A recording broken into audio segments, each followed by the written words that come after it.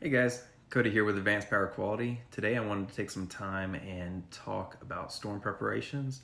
Now this is going to be a two-part ordeal. I wanted to speak first on the residential application, and I'll be doing another segment on industrial. So let's go ahead and jump into it. For the residential applications out there, first thing you're going to want to do is go to your nearest grocery store and buy up all the toilet paper that you can. No, I'm just kidding.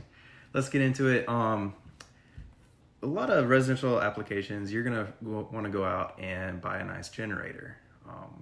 Make sure you do this before storm season, before the storm hits. I've seen it 1,000 times where customers, they try to go out, buy a generator, and there's literally none in the state. Make sure that you're prepared. Make sure you go out, you get the correct one.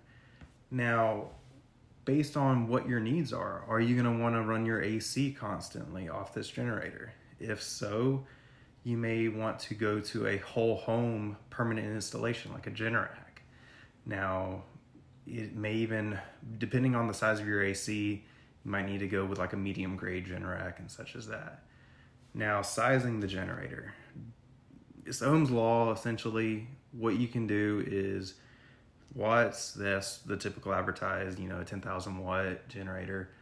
Divide that by your voltage. Your AC is 240. That's your available amperage. So your typical AC unit, your running load's around 30 amps.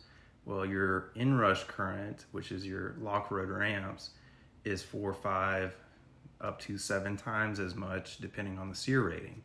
It's essentially the age of the equipment. It's this efficiency rating, but for those that don't know too much about it, it's how old your unit is, essentially.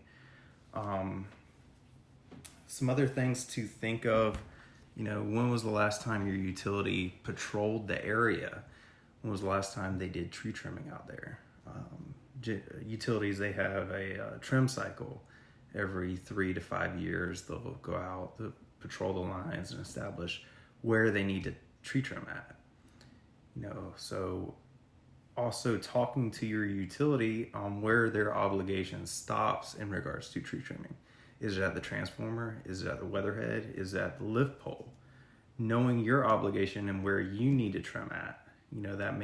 Your trimming obligations may require them to pulling the fuse and de-energizing your service while you trim or you have a crew do it. So items to think of, watch out for.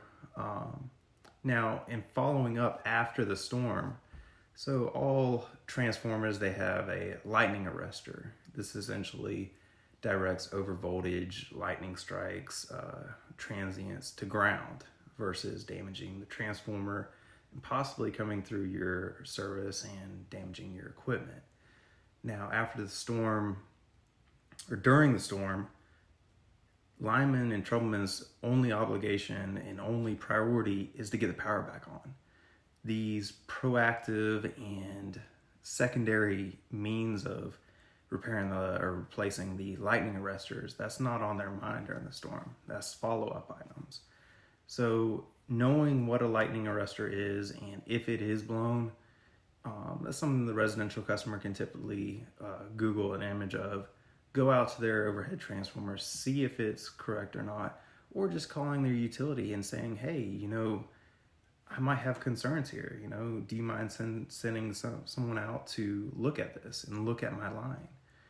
Most utilities, they're very easy to work with in regards to this. But yeah, if you guys have any questions on how you can better prepare yourself for the upcoming storm season, feel free to reach out to us. We'll be more than glad to give you some more in-depth pointers and tips. And for the industrial customers out there, feel free to tune in to our next segment. All right, thanks guys.